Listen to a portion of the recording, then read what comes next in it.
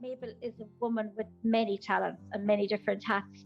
A food lover, food champion, a social innovator. She established Sligo Global Kitchen as a really innovative and socially important, but economically also really important project some years ago now.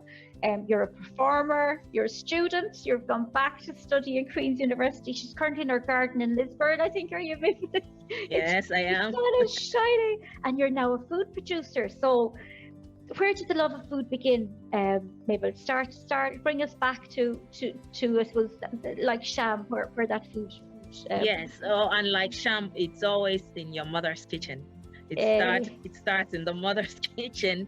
You grow up seeing all this lovely food from mothers and aunts and relatives, and you can go into people's homes and they just lay out food. And coming from a culture as well, where when you get into somebody's home and you're offered food, the first thing is you're offered food, and if you turn the food down, that's being disrespectful.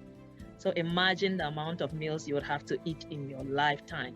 And when I say food, it's not tea and biscuits. You're not offered, do you we're want a cup of seeing a tea? picture here. Yes, yeah, yeah, yeah. Yeah. Please, So yeah. they just lay out food for you. And I grew up with all these meals. And I am from Cameroon. I'm originally from Cameroon with 246 different tribes.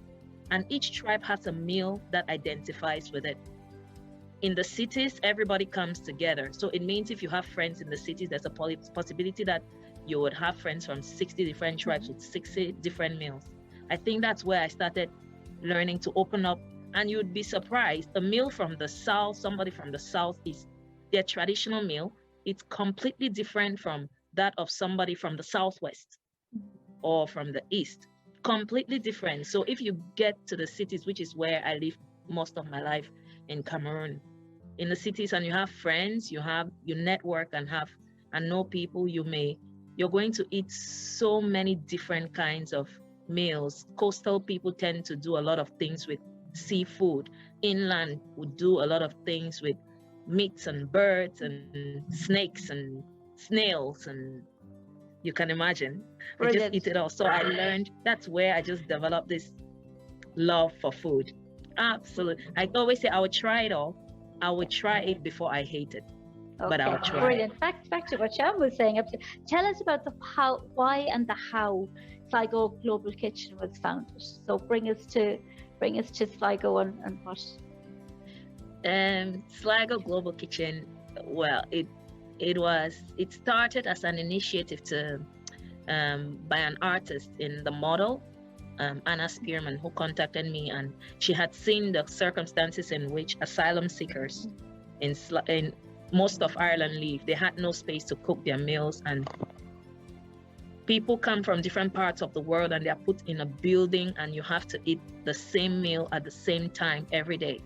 And so she contacted me and said she has a bit of funding here from the Community Foundation Ireland. Would I be interested to get a few of my friends together and we cook different meals and different flavors, or as close as we can get from our countries? And I said, yeah, it would be a good idea. So I went back to the hostel. By then I was still in Globe House in Sligo, which is the direct provision center there.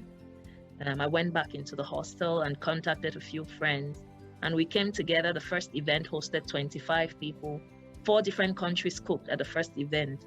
And we had Congolese, Zambian, Malawian, and Cameroonian food cooked at the very first event, and only 25 of us were there. Then it grew and grew and grew, because then we realized the workers in the model, the employees, when the aromas drifted out into the lobby and they would join us, they would say, what's that? And we were just so excited to share and would invite them to join us. So they would come in and join us, and we started in the education room. Then it became small and we had to go up into the models, the foyer at the model. So hosting more and more people, because people started coming together, and this was so empowering, especially to me, because for the first time I felt like I'm not at the receiving end of charity or of help. I am contributing. I am in a community where, even though I'm from far away and I'm a stranger here, I have something I can contribute, and the community would actually accept it. And the community is excited to come out and share and bring more of their friends, all expressed in the numbers as the project kept growing and growing. Then we met professionals that just would come in to help us in different kinds of training. And I would like to say Chef Breach, she's been amazing. She's on the call. She's here actually today. Yeah. Breach, she was blushing earlier when we were praising her. She's going to blush again now. Yeah. Go ahead, sir. Oh no, she's been amazing. We've had access to these people. I personally have had access to networks and people that if I had just stayed maybe in the direct provision center waiting for everything to be done for me, or waiting to accept just what is being offered, and this would probably not have happened. So Global Kitchen then started there, and it was a platform I used and got into the community, made all these connections, got training, education,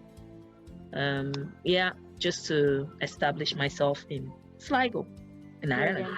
Absolutely. When was that? When was the Sligo Global Kitchen founded? 2000.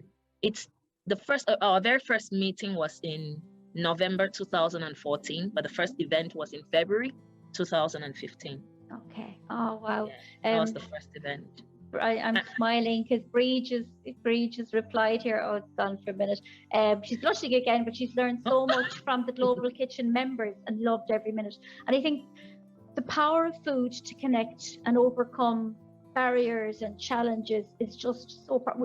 We need more, and that's why we wanted to really highlight your work today as part of using global perspectives and how culinary entrepreneurship and innovation can happen, and it's a social tool, it's a powerful tool. It's amazing. I say everybody needs to eat.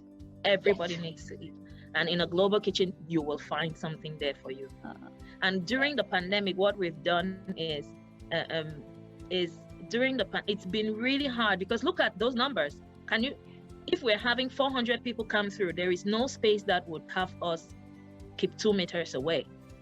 So the whole thing was, and when we do something, I will say, please, we need just 80 people to subscribe. The next morning I wake up and I have about 200 people asking, are there spaces available? And I'm not really, this thing, when I got into it, I am not trained to handle anything of this magnitude. I have no clue until today. I keep saying, I really have no clue how I got here. But with every step that I failed, I got up and I learned and I tried to make it better. During the pandemic, when the lockdown just happened, we thought, okay, that's it for us. But I couldn't keep my mind still, and I had to think of ways. How do I make this work? I contacted Bridge and ran a couple of ideas through her, and then the idea of Dine with a Chef was born during the pandemic. So since 4 people from different homes were allowed to come into a home, all our cooks said, yes, I would host 4 people in my home. For those of us that already had our own homes, who were no longer in the direct provision center and who were participants, they said, yes, I'll host 4 people. And we needed, just because there were just 8 cooks. So if 8 cooks had to host 4 people, it should just be slightly over 40, I think. Yeah. But we had about 112 people subscribe to attend. Wow. For 8 cooks to cook for them, but legislation only allowed for 4. So what I did was I got just 4 people to come in, and 4 people per chef to come in and share with the chef, and during the pandemic, so this happened. We ran it till about from July till June, July, August, September, I think, and then the lockdown went. They had to lock down again and stop even 4 people from gathering. And before then, there were rumors already, and I just thought, I can't keep still. You wouldn't know how, not in the slightest. Can I just ask you about the what I love as well is that each chef is allowed to celebrate their own cultural heritage, and my goodness, you know, the Zambian, and I'm sure that when you tell us about the different tribes in Cameroon and the different, how many dishes there are, this must be an absolute explosion of culture on a plate, you know. Tell us about that. Yeah, it is. I am from Cameroon. There are about 25 Cameroonians in Sligo. Okay. And 20 of us are from different tribes. So it means if 20 Cameroonians out of the 25 were to come to your home today to cook, nobody will cook the same thing as the other. Nobody at all. Some cook, like I said, those that are coastal, they mostly use fish in their traditional dishes. Those that are from the inlands, they mostly use meat. And then it's everything really. I'm about to scare everybody on the call here now. In Cameroon, there are actually tribes that eat dogs. Yes. Don't worry. I honeymooned in Vietnam. Yes, it's culture. It's absolutely, yeah. Whenever I say this to people, they say, "What?" And they try to hide their dogs. And Mabel, what's the background of the chefs that were cooking? You know, what people have come from all different aspects of life. So what was the one thing that connected us initially was, first of all, it was the food, and that when we're cooking and eating together, we don't need to speak the same language. So things like being able to speak the language, or academic proficiency, or nothing else mattered. Just, do you love food? Can you cook? Yes. Then we came together. Did you watch your mother cook? Yes. We came together and started cooking. But with time, we realized, okay, we can make this better. How do we make this better? We need to be able to present our meals better. That's when we got Bridge in, and she would come and taste some of the food and say, okay, this is served with this. Why don't you display it like this or like that? Then we started seeing different ways we could display normally what happens is your mom cooks in the kitchen, and here is the side, here is the meat. We just dump them in there, and I say, well, it's going to mix up in your belly anyways when it goes in there. So the whole culinary finesse thing, most of us would not have been grown up being bothered with all of that. But then when you're serving to people, you want them to first of all love it, but when they see it before, make it attractive. Yes. So we learn all of that, and we've had people from 50 different countries. And in these countries, there are people from different tribes. But Global Kitchen since 2015, 50 different countries have gone through to prepare meals from their different countries. And some of the countries have had people from different territories and different cultures. And it's really just been, like you say, an explosion of culture in a plate. Geraldine said it much better than I can. Like, food is a universal language. I have to bring you to the next. So I know you're studying in Queen's, and well done. Yeah. It's very difficult, I would think, to move again in the middle of a pandemic. You know, it just is a whole different experience. But in your spare time, you're setting up a food business. So tell us about that. Yeah. I came up here, and with the pandemic as well, I had a bit more time. But what I did was this hot sauce that I've been serving in Global Kitchen for about 3 years now, and it's famous, infamous. Yes. Yes. I've had people ask for it. Mabel, I would buy some of the sauce. Would you make some and sell? But I never really had the time to be fair. So when I came here with a bit of extra time, and it was really easy to register the sauce, and have a health executive come in and check the kitchen and make sure it's up to standard, and that you can produce a certain quantity from your home. Once that was done, in the space of like 4 days, I had all of that set up. Wow. And yeah, I had it set up and going. And once I put it up on Facebook, everybody in Sligo then, and I'm like, I don't even live in Sligo. It will be hard. I have to stay within 10 miles of this. But I found a way. I had some work to do with the council in an upcoming project in Sligo, reimagining our town. Mm-hmm. So I had a laissez-passer to travel to Sligo to shoot for that. So I took the opportunity and made a whole batch and took to Sligo. But then I ran out while I was in Sligo. I thought maybe I should have just brought my pots and my ingredients and everything and just make the Sligo's batch in Sligo. So now I'm waiting till the lockdown is eased. And for now, I'm just how do they say livrer? I'm just delivering. Yes. Delivering? Yeah, delivering, yeah. Yeah, delivering to a local shop in Belfast, Ward and Co. So they take off 2 liters from me every week. It's keeping me busy. It's fine with my research and dissertation all coming up. So it's nice and easy at this point. I'm glad it's out there. I really don't know where this is going. Like everything else I do not know, but I'm so glad to be here. And Mabel, thank you so much. I mean, for me, you are almost like, it's like a lifestyle entrepreneurship. So you're fitting it into your studies and, you know, your circumstances at the moment. And I think that's what some of us need to do a little bit more is, you know, it doesn't have to be a big business. It can be to keep us sane, to keep us, you know, keep some money coming. You know, tell me a little bit about, you know, do you see it like that? Is this lifestyle entrepreneurship? Yes.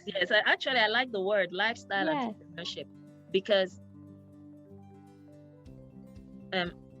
sometimes I think I would rather just work somewhere and have a job security, but then I don't know if I would survive there. And when I think about that in depth, I also think, I may get too bored easily. But what if I have a job security and a place where I work, and in my 2 days a week of holiday, I also have something else I'm doing. I love to sing. I love to cook. So it's just like it's all rounded up, and it doesn't have to be industrial or in massive.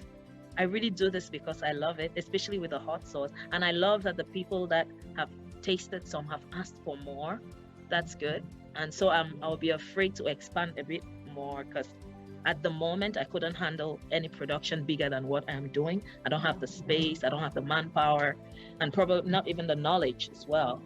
Because cooking from your home, legally, you're only allowed to do a certain quantity. So at the moment, it's really just while I'm studying, I'm doing this. And I'm happy waking up the next day. What's going to happen in 2 months, 3 months, I don't know. I'm not there. Sometimes we don't need to know. It can be just right now. And that's, look, it's well done.